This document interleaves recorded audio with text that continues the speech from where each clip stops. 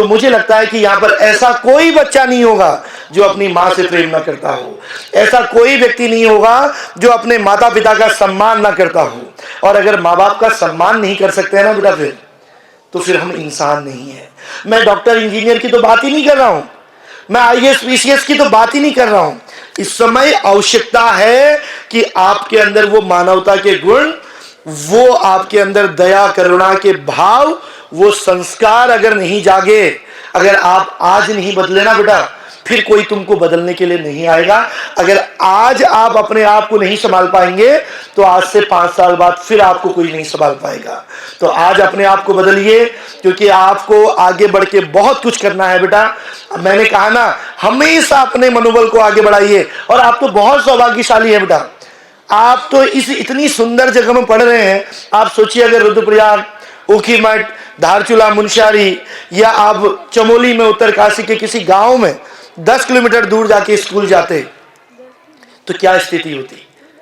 आप देहरादून में यहां पढ़ रहे हैं, बहुत बड़ी बात है।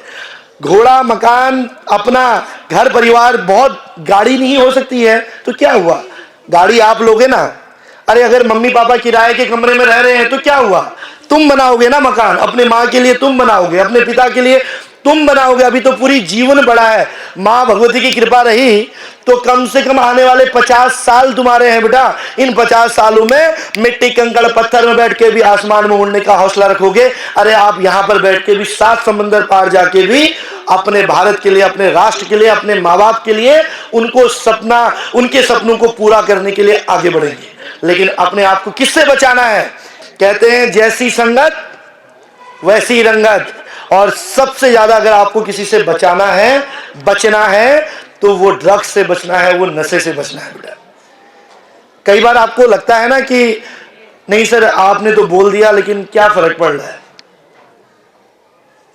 हमारे घर की परिस्थितियां तो ये, हम लोग अपने मानसिक रूप से इतने परेशान हो जाते हैं कि हमको लगता है कि नहीं, सारी आपदाएं मेरे घर में आ रखी है, मैं ही कमजोर हूं। काश मैं इंग्लिश मीडियम में पढ़ रहा होता, काश मैं किसी अच्छे घर में पैदा हो रहा होता, काश मेरे पास ये होता। मैं अभी देख रहा था वो छोटे छोटे भैया बहनों को, और मुझे अपने दिन आए। हम लोग, हमारे टाइम पे लाल वाले कपड़े होते थे, वो लाल स्वेटर होती थी, काली पैंट, शिशु मंदिर की लाल टोपी। अब चेंज हो गई है ड्रेस। आप सोचिए ना कि आप कितने सौभाग्यशाली हैं।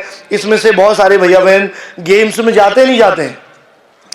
यस या नो? जाते हैं ना। यहाँ पर एनसीसी एनएसएस कुछ है ना।